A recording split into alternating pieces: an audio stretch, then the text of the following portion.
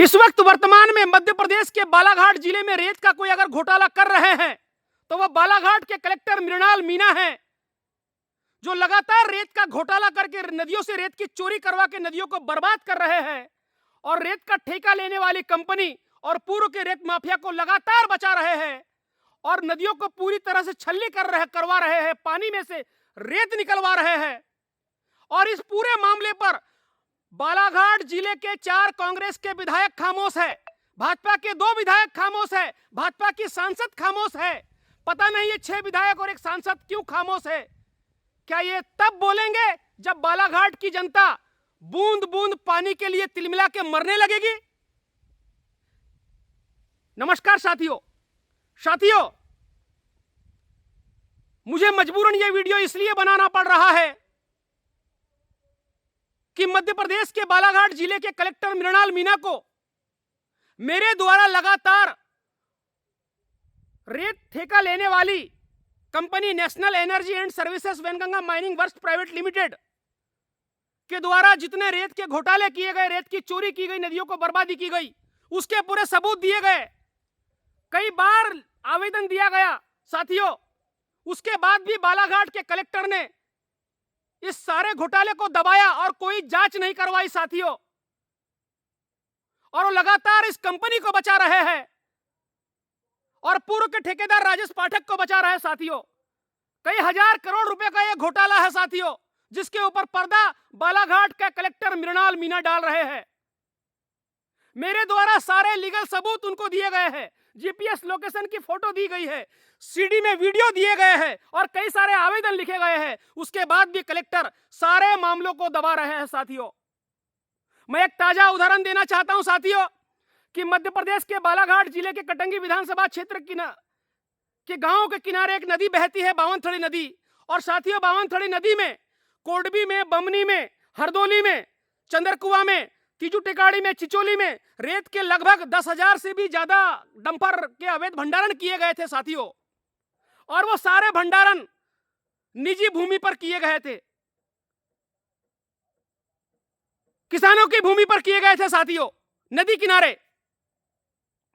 साथियों, मेरे बहुत आवेदन देने के बाद, बहुत सोशल मीडिया पे वीडियो डालने के बाद बड़े मुश्किल से उन भंडारणों की जब्ती बनाई गई साथियों। मगर साथियों, वहां पर बालाघाट के कलेक्टर मृणाल मीणा ने इस रेत का ठेका लेने वाली चोर कंपनी को लगातार बचाया और जो निजी भूमि पर जो भंडारण स्थित है उनको जब्ती करा के अज्ञात बताया।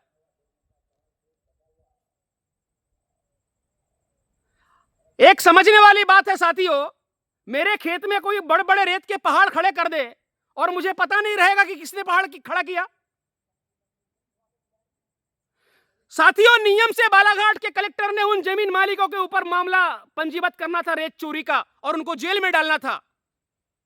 मगर बालाघाट कलेक्टर ने रेत कंपनी को बचाने के लिए उन जमीन मालिकों के ऊपर मामला पंजीबद्ध नहीं किया। अगर जमीन मालिकों के ऊपर मामला पंजीबद्ध कर दिया जाता तो जमीन मालिक खुद ही रेत चोर कंपनी का नाम बता देती कि इन्होंने यह अवैध भंडारण किया है। मगर बालाघाट कलेक्टर ने ऐसा नहीं किया। बालाघाट कलेक्टर ने सारे भंडारणों को अज्ञात बताया जो निजी भूमि पर स्थित है और उनकी रॉयल्टी भी जारी करवा दी रेत कंपनी के लिए। इस तरह से पूरे घोटाले को बालाघाट के कलेक्टर मृणाल मीणा ने दबाया। साथियों, एक प्रदेश में 2 कानून कैसे हो सकते हैं?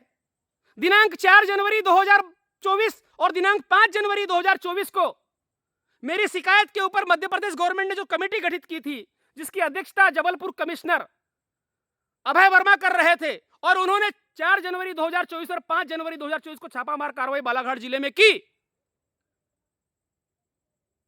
और उस छापामार कार्रवाई के दौरान जितने अवैध भंडारण निजी भूमि में मिले, उन सभी भंडारणों के ऊपर कमिश्नर ने एफआईआर दर्ज करवाई।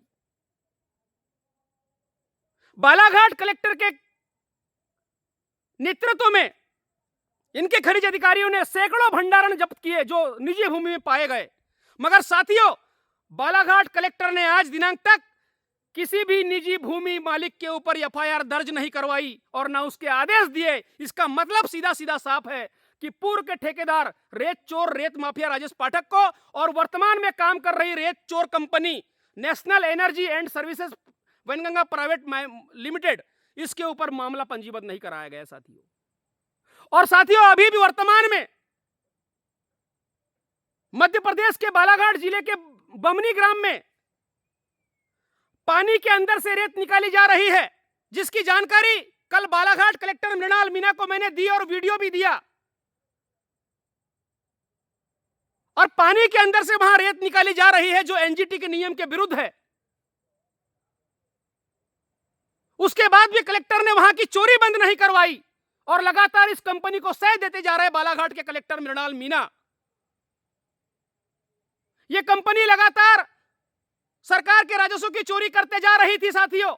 ये एक ग्वालियर की रॉयल्टी काटती थी, रतलाम जिले की रॉयल्टी काटती थी, शिवपुरी जिले की रॉयल्टी काटती थी, सागर जिले की, सतना जिले की रॉयल्टी काटती थी। और एक रॉयल्टी के समय में 6 से 7 डंपर रेत चोरी करके बालाघाट और सिवनी में बेचती थी साथियों। इसके सारे प्रमाण एक रॉयल्टी के समय में 2 बार डंपर वाहन भरकर ले जाते हुए वीडियो मैंने बालाघाट कलेक्टर को दिया है सीडी में।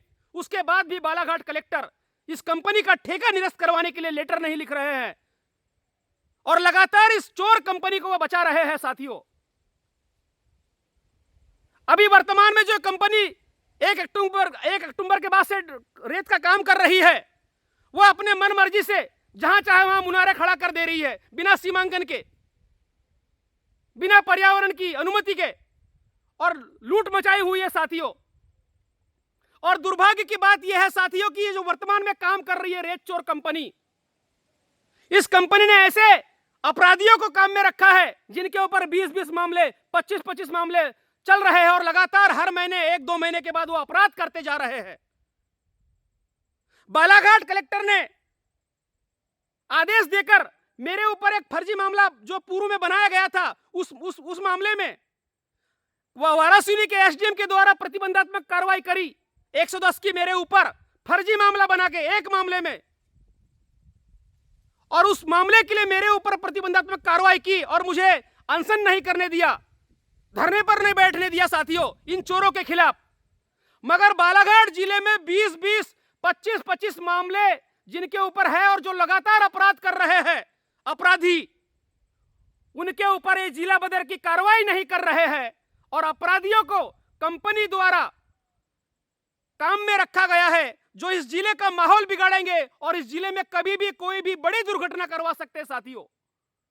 इस तरह से बालाघाट जिले का माहौल बालाघाट के प्रशासन के उच्च अधिकारी बिगाड़ रहे हैं और कलेक्टर अपनी निगरानी में पूरे रेत के घोटाले को चला रहे हैं और उनके ऊपर कोई कार्रवाई नहीं कर रहे हैं। मैंने इस जो रेत का ठेका लेने वाली कंपनी है national energy and services Wainganga mining works private limited के खिलाफ कई सारे सबूत दिए हैं। इतने सबूत मैंने दिए हैं कि इस कंपनी का ठेका निरस्त हो सकता है, मगर बालाघाट के कलेक्टर इस पर कोई कार्रवाई नहीं कर रहे हैं साथियों।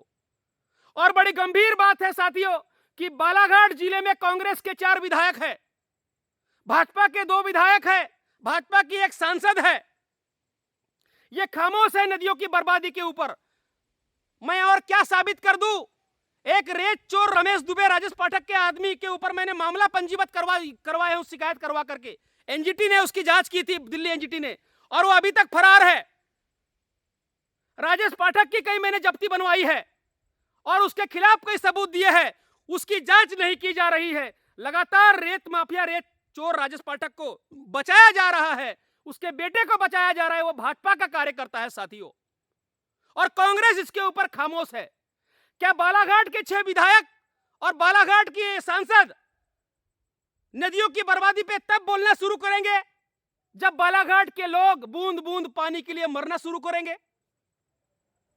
बालाघाट जिले को पहली बार वर्ष 2025 में जल अभावग्रस्त जिला घोषित किया गया कलेक्टर के द्वारा। यह प्रकृति का संकेत है। नदियों से रेत का अवैध उत्खनन होने के कारण बालाघाट जिले में जल का अभाव हो रहा है और बालाघाट की जनता भविष्य में बूंद बूंद पानी के लिए तरसेगी। इस तरह के हालात मध्य प्रदेश के बालाघाट जिले में है साथियों। एक तरफ बालाघाट कलेक्टर जल जीवन मिशन की बात करते हैं, जल गंगा संवर्धन मिशन की बात करते हैं, और दूसरी तरफ उन गंगा और सहायक नदियों को बर्बाद करवा रहे हैं। मैं भारत की जनता से निवेदन करना चाहता हूं कि मेरे इस वीडियो को भारत के कोने कोने तक पहुंचाए और केंद्र की सरकार तक पहुंचाए, जो नदियों को अपनी मां कहते हैं प्रधानमंत्री जी ने, जिन नदियों को प्रधानमंत्री जी अपनी मां कहते हैं, उन नदियों को मां बोलने वाले प्रधानमंत्री जी तक ये वीडियो मेरा पहुंचाए कि आप जिन गंगा और सहायक नदियों को मां कहते हैं, उन नदियों को किस तरह तबाह आपका सिस्टम और आपकी सरकार कर रही है। मुझे मजबूरन ये वीडियो बनाना पड़ रहा है साथियों, क्योंकि लगातार मैं आवेदन दे दे के थक चुका हूं। बालाघाट के कलेक्टर इस पर कोई कार्रवाई नहीं कर रहे हैं साथियों। और जो मैं बालाघाट जिले में और मध्य प्रदेश में जो केंद्रीय खुफिया एजेंसी आईबी काम कर रही है, उनसे भी निवेदन कर रहा हूं, अगर ये मेरा वीडियो उन्हें मिले तो मेरे पास इनके लूट के, इनके भ्रष्टाचार के सारे सबूत है, मैं वो आपको देना चाहता हूं। कृपा कर मुझसे संपर्क करें। मेरा नाम जितेंद्र उर्फ राजा लिल्लारे, ग्राम भोरगढ़, तहसील खैरलांजी का मैं निवासी हूं। मेरा मोबाइल नंबर 9977418993 है। गजब तमाशा बना दिया है। सरकार में बैठे लोग, रक्षक लोग ही भक्षक बन गए हैं। चोरों के ऊपर कार्रवाई ना करके, भ्रष्टाचारियों के ऊपर कार्रवाई नहीं करके मेरा नुक्स देखते रहते हैं। और मुझे मालूम है कि मेरे इस वीडियो को देखने के बाद बालाघाट कलेक्टर मेरे खिलाफ कार्रवाई करेंगे, मगर चोरों के ऊपर कार्रवाई नहीं करेंगे, क्योंकि घोटालों के सरदार है बालाघाट के कलेक्टर। धन्यवाद।